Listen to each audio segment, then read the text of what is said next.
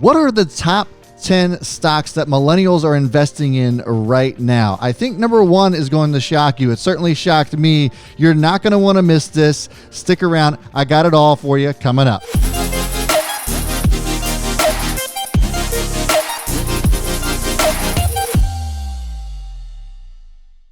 All right, so the top 10 stocks that millennials are investing in right now. This is a very interesting list, guys, and I can't believe what is that number one. I can't wait to show it to you. But before I get to that, first of all, I just want to welcome you to this channel. Hi, my name is Brad, and this is Own the Chaos. The stock market is crazy and chaotic, no more evident than it is right now, and I've made it my mission to help you own it. So if you want to see more content such as this, I certainly hope that I earn a subscription from you. Hit that notification bell to get notified every time I put up a video, as well as if you get value out of today's video, I certainly would appreciate a good old thumbs up. Also, just real quick, I want to invite you over to the Chaos Crew. There's been a lot of folks that have already joined and are getting tons of value out of it. So for $4.99 a month, you can join my channel and be a part of the Chaos Crew and get a watch list from me every single day of the week before the market opens to get a really good snapshot of where things are going and how things are moving and what I plan on potentially trading throughout the entire day as well. So if you want to be a part of that, I think it's incredible value. Just click that join button. Be happy to have you over at the Chaos Crew. All right, so these top 10 stocks I grabbed from Robinhood. That was my actual source. And the reason that I did this is because 80% of users on Robinhood are actually millennials. But anyways, that's where I grabbed this information. Okay, so coming in at number 10, which is actually, I'm proud of you guys for, this is a good one, is Apple. So according to Robinhood, there were over 311,000 investors in Apple in the month of April, 356, and that was a difference of over 44,000, almost 45,000. I like this choice, my fellow millennials. As I alluded to earlier, Apple always will be a solid choice despite whatever's going on in the world. Globally, they tackle global issues, and nothing's been more evident than when they, looked into healthcare. They're actually, this is one of my top stocks for the next decade. If you guys recall that back in January, I put out a video as far as that's concerned. And they are also getting into the business of electronic medical record storage, which is a huge industry. If you're not familiar with that, it's a very complicated process to do electronic medical records. And, Apple's going to be a huge reliable resource as far as that's concerned if, they can still get that ball rolling. And I think that they will. What I would caution, though, is that if you're looking for this for a short-term play, I would be cautious about what's going to be happening in quarter two. They did well in quarter one, considering that they had to shut down China, but it's a different story in the U.S. They're still closed at this point. And so I would be cautious and really careful about what the outcome is going to be as far as quarter two is concerned, especially when we approach those Q2 earnings in July. So it's going to be interesting to see how this all plays out as far as the second quarter goes, but I do love Apple as far as a long-term investment. Just set it and forget it.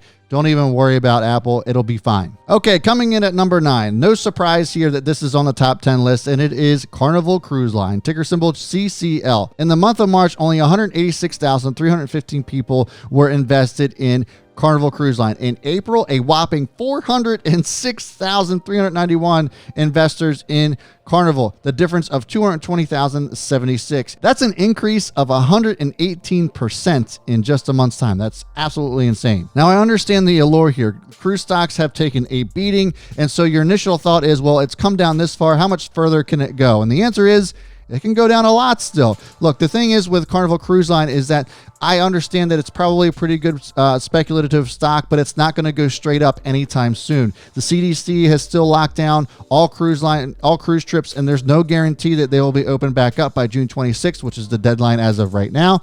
And the other part of this is that Carnival Cruise Line took out $6 billion in additional debt. Tack that on top of the $9 billion they were in debt before the crisis, and that is double the amount of their market cap. So they have over $15 billion in debt. Not to mention the debt that they just tacked on is convertible debt. So if you're not familiar with what convertible debt is, that's basically what happens when, Carnival says, here, I'll pay the lender in the form of shares, and then the lender gets to sell them. And so there might be different criteria as to when they can actually sell those shares, but most cases they can sell them whenever they want. So if the lender is starting to dump shares into the stock, that means it's going to be much harder to move no matter how much buying there is. So this is something that I would be very cautious about. Even if people start taking cruises again, I don't see this happening till at least late summer, which means most of the peak season for Carnival has passed. And so I just think that this is a really risky call. And I would say that one or two of the major cruise lines are probably in a lot of danger of going bankrupt. And so this will be interesting to see how this all plays out. But I do not like these cruise stocks in the least for an investment. If you want to play a little quick pop, something like that, sure, fine, whatever. But I don't see Carnival Cruise Line coming back from this anytime soon. Now, I know I'm going to get a lot of feedback from this, so I definitely want to hear from you, though. Leave some comments below. What are your thoughts? Do you agree with me, or do you think that I'm crazy?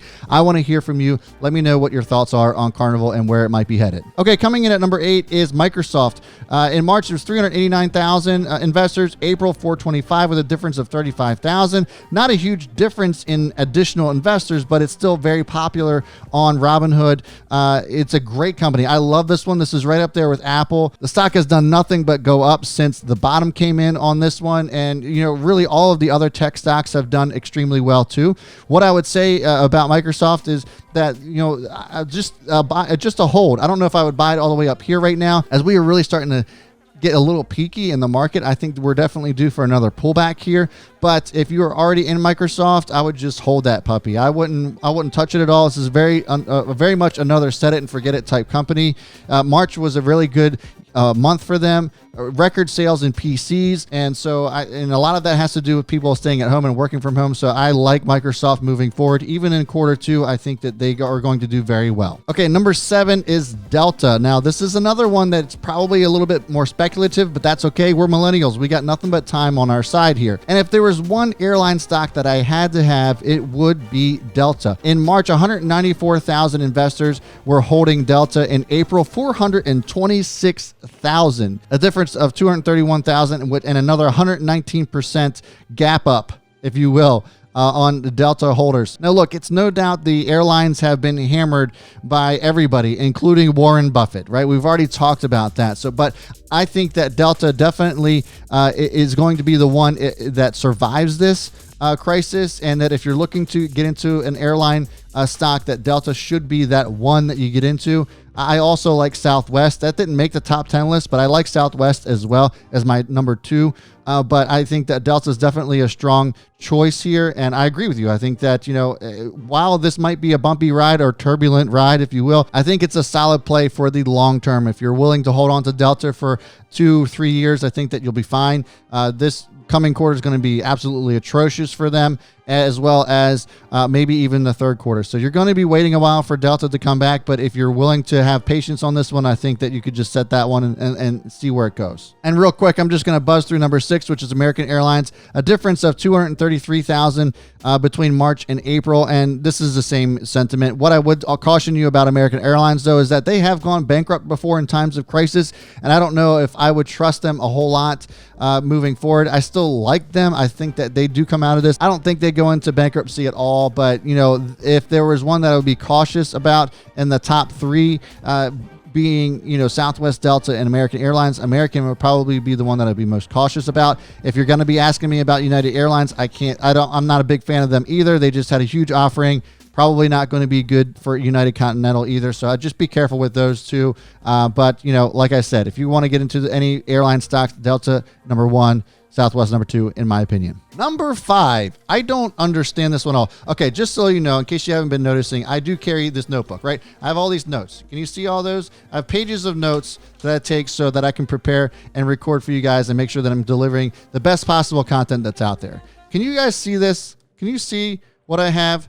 That is a focus in there. That is a big old question mark for GoPro. Why GoPro? GoPro is one of the worst stocks out there. I don't even know what to say about this, but there's been an increase of 62,000 investors hopping into GoPro, and I just don't get the logic here. Is it because it's just a low stock? Is it because you actually just like GoPros?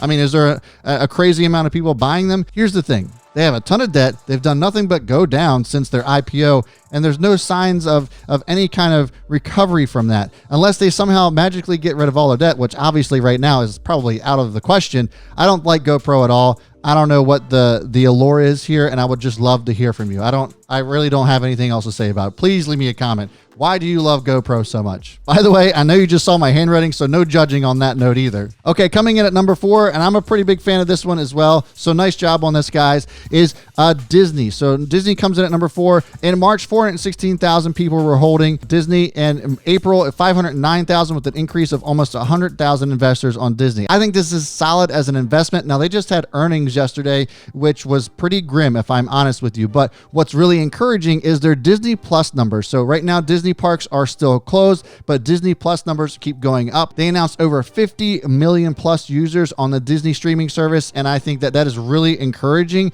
You know, Disney was up around $150, $160 a share, and that was before we got to those Disney Plus numbers. And I think that with that revenue coming in, plus when the parks open up, I would want to be in Disney before the parks open up, period. I like Disney. Anything under $100 is where I would be scooping up Disney. If it seems to always do this. Whenever it dips under $100, like around 97, 93 bucks a share, it just goes back up because it, for whatever reason, it just likes to hang up over in that $100 range. And I think that I would want to be in Disney before either you turn into a pumpkin or those parks open. So go ahead and get yourself some Disney and set it and forget it.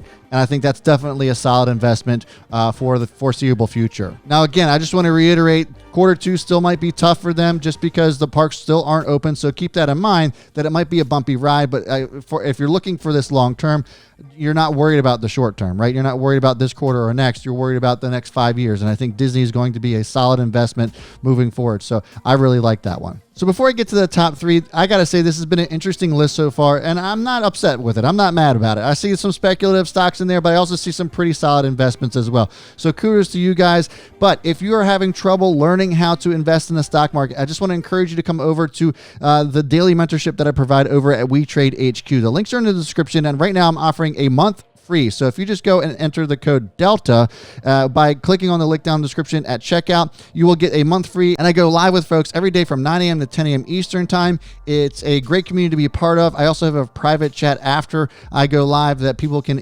connect and grow, celebrating each other's success. It's just a great community to be a part of. So if you want to be a part of that, at least for the month free, be happy to have you there. All right, guys. So here is the top 3. Number 3 is GE. And I ain't mad about this either. I think this is a solid one to just be sitting in and set it and forget it, just like your Apple and Microsoft. GE comes at number 3. March, it was 509,000 investors. April, an increase of 176,000 bought into GE. Now, this got hammered quite a bit, and a large part because of the demand for planes. Now, GE, one of their largest customers is actually Boeing. They build jet engines for Boeing, and that is why one of the biggest reasons they've taken such a hit. And GE's gotten a bad rap over the last year or two because of controversies involving balance sheets and are they cooking the books? Aren't they cooking the books? And it turns out that they weren't at all. I like GE. I think it's a great company. They have a lot of cash on hand. The balance sheet's in good shape. And I think that they're prepared to survive this for as long as it takes. Once things get back going, I think GE is going to go back up to maybe the $10, $12 range and beyond, depending on how long you want to hold on to GE. But I think this is definitely something that you could be a lifer on and be very happy with the return that you get on your investment. Okay, coming in at number 2 is Ford. An increase of 137,000 investors from March to April. And this has been one that I've actually been scratching my head on. I don't see Ford going anywhere anytime soon. And actually, Ford is severely behind in the EV market. In my opinion, as a millennial, and I'm sure a lot of you other millennials out there agree that Tesla is the future here and EVs are the future. I don't see that combustible engines are going away completely anytime soon, but they are going to go away. And with Ford and GM being way behind the 8 ball as far as Tesla's concerned, they have a lot of catching up to do. So I think they will be in trouble eventually. So as far as a long-term investment's concerned, not a huge fan of them, but I do get it. I think a lot of people are investing in these because of the dividends that they provide. The stock's cheap enough that you could buy up a bunch of shares, get that dividend, and that's the return that you're expecting on that one. So I understand Ford, but I would love to hear your thoughts on this. Do you actually see value in Ford as far as the price of the stock is concerned? Do you think it's going back up? I really want to hear from you on that, so let me know in the comments below. Okay, guys, so here is number 1, and I don't understand this one at all. Aurora Cannabis, ticker symbol ACB. In March, it was 854,685, which tells me that a lot of you guys are way down on this one, and even more of you bought this in April. 114,000 new investors in Aurora Cannabis. For the life of me, I can't understand this other than the fact that maybe you just like to smoke weed and so you just picked Aurora. I don't get this one at all. I get it. I mean, I understand the allure of getting into the cannabis sector, and I have no problem with that. I actually think that is a very good investment to get into, especially if and when, which I think is going to be more of a when, the federal government actually passes this and makes this fully legal. It will happen one day, but Aurora Cannabis is not the one to be in my opinion. Go with something like a CGC, aka Canopy Growth. I like this company. I think they are much more on solid ground. Aurora Cannabis is on the verge of bankruptcy here. They've had massive layoffs. They've had accounting issues. I don't like Aurora Cannabis, period. And I am beside myself on this one being number one. I really got to hear from you guys. What is going on here? What's the allure here as far as Aurora is concerned? Are you just so far down that you don't even want to sell because what's the point? Or, I don't know. What is it, just because it's so cheap and you think it's going to go back up? I'm really confused by this one, and this by far would be one that I would stay away from indefinitely. I just don't like Aurora Cannabis, and there's definitely better cannabis related stocks out there. And this would be the last one that I would go to at this point in time. But that's going to do it for me, guys. I would love to hear from you on all this stuff. Do you like this type of video? Would you like to see something like this more regularly? This is a little bit different than what I'm usually used to doing. So I had fun with this. I hope that you did too. And if you did, I certainly would appreciate a thumbs up. And if you have not yet subscribed to this channel, I certainly would appreciate a subscription as well. Hit that notification bell if you want to get notified every time I put up a new video. And folks, that is going to do it for me. Thank you so much for tuning in. As always, I will see you all before the bell, and B. Smith is out. What's going on, guys? Yet another crazy Friday in the stock market. Unbelievable. How is this going to impact Tesla's stock price? And should you be worried if you're a Tesla investor? Well, I'm going to let you know all of that and more in just a second. But first, I want to welcome you to my channel. Hi, my name is Brad, and this is Own the Chaos.